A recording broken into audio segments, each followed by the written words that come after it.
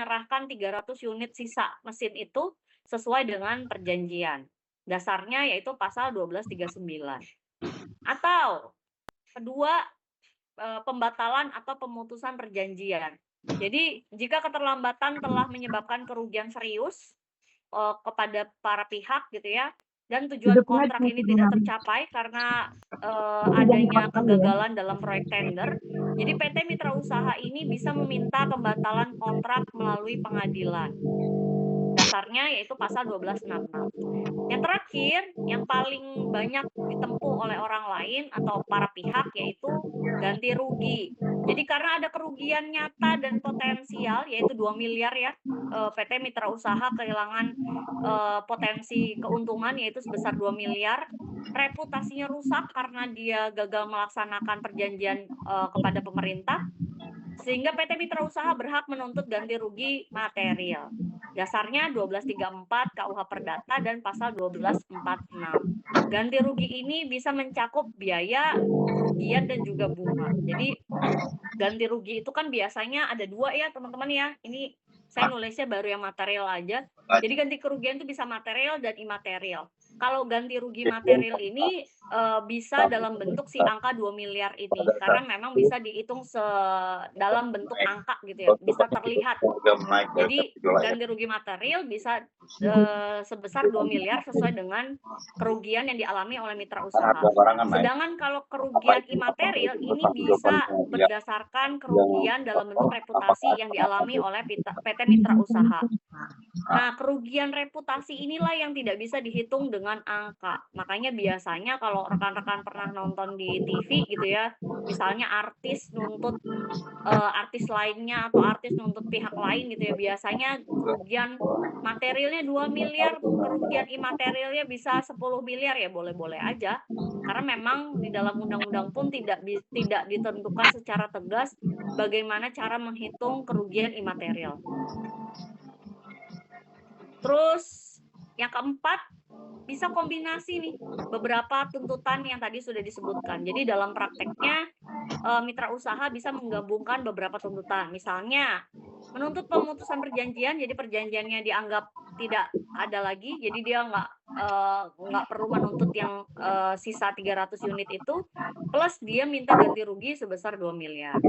Yang terakhir adalah upaya non-litigasi. Upaya non-litigasi itu apa sih? Upaya yang dilakukan di luar pengadilan. Kalau litigasi itu kan berarti upaya penyelesaiannya di dalam pengadilan, jadi harus gugat ke pengadilan dan seterusnya. Sedangkan kalau non-litigasi penyelesaiannya dengan bisa macam-macam, bisa negosiasi, bisa mediasi, bisa konsiliasi, bisa arbitrase. Tapi kalau arbitrase syaratnya harus muncul di dalam kontrak antara mitra usaha dan PT satunya lagi, lupa namanya ya, apa tadi, Sinar Abadi gitu ya. Jadi kalau misalnya di dalam perjanjian Sinar Abadi dan mitra usaha disebutkan bahwa kalau ada sengketa mereka akan menyelesaikannya lewat arbitrase, maka para pihak itu bisa menyelesaikannya lewat arbitrase. Tapi kalau dalam perjanjian tidak disebutkan, ya berarti upaya non litigasi yang bisa dilakukan hanya negosiasi, mediasi, dan juga konsiliasi. Kesimpulan akhirnya, jadi status hukumnya PT Sinar Abadi jelas melakukan wan prestasi karena tidak menyerahkan seluruh barang pada waktu yang diperjanjikan. Bentuk wan prestasinya ada 2, yaitu tidak melaksanakan sebagian prestasi dan juga keterlambatan. Dasar hukumnya pasal 1234, 1238, 1243, 1244, 1246, 1266, dan 1267. Upaya hukumnya bisa menuntut pemenuhan perjanjian, menuntut pembatalan, ganti rugi, ataupun menggabungkan tuntutan, atau yang terakhir adalah menempuh alternatif penyelesaian sengketa melalui non-litigasi. Oke, sampai sini ada yang mau ditanyakan? Izin bertanya Bu dosen. Ya, silakan Bu. Bu, saya mau bertanya, bagaimana caranya kita seorang kontraktor yang ada kontrak pada pemerintahan untuk membangun misalnya sebuah jalan. Harga sudah tertera sehingga kita sudah tanda tangan kontrak dan semuanya sudah clear. Tapi pada kenyataannya karena kejadian politik sekarang ini, isu-isu politik perang antara negara yang terjadi saat ini, itu mempengaruhi segala bahan untuk pengaspalan jalan itu naik semua, Bu. Nah, Oke. apa yang harus kita lakukan sebagai seorang kontraktor karena itu benar-benar bahkan 500% itu harga sudah nggak cocok, nggak sesuai dengan harga kontrak, Ibu. Kita sudah ajukan sama pemerintah dengan berbagai keterangan dan alasan yang lengkap kita lengkapi, tapi pemerintah tetap ngotot di perjanjian yang sudah kita tanda tangani itu, Bu. Apa yang harus kita lakukan sebagai seorang kontraktor, Ibu? Oke, jadi gini ya, Bu Risma ya, kalau misalnya perjanjian itu kan memang kalau sudah disepakati, ya berarti para pihak itu harus tunduk pada aturan atau pasal per pasal yang diatur di dalam perjanjian yang sudah ditandatangani sebelumnya. Kalau misalnya memang adanya perubahan situasi atau masuknya ke dalam force majeure gitu ya, masuknya ke dalam force majeure, ternyata ada perang di Iran segala macam sehingga membuat harga bahan baku menjadi sangat tinggi sehingga harga yang disepakati sudah tidak meng-cover lagi gitu ya. Satu, sebetulnya pihak pemerintah tidak salah kalau misalnya mereka menolak. Karena kan mereka itu based on perjanjian yang sudah disepakati di awal, begitu ya. Karena di dalam perjanjian itu sudah disepakati harga tertentu, ya sehingga pemerintah pasti menganggap bahwa ya memang kedua belah pihak harus tunduk pada harga yang sudah disepakati di awal. Kedua, kembali lagi Bu, karena perjanjian itu berdasarkan kesepakatan, jadi memang sebetulnya dalam perjanjian dimungkinkan untuk melakukan pembaharuan perjanjian, gitu ya. Dengan alasan force majeure tersebut harganya tidak masuk, sehingga harusnya dimungkinkan untuk membuat pembaharuan perjanjian. Pembaharuannya isinya apa? Ya menerangkan bahwa karena ada kondisi global, ekonomi global yang tidak stabil dan lain-lain, sehingga membuat bahan baku yang tidak harganya naik, sehingga akhirnya pihak yang menerima tender ini harus mengajukan list harga yang baru, misalnya seperti itu. Kembali lagi, based on kesepakatan. Jadi kalau misalnya memang para pihak dengan legowo mau duduk bersama membicarakan itu, ya itu lebih baik karena sesuai dengan prinsip-prinsip hukum perjanjian itu sendiri.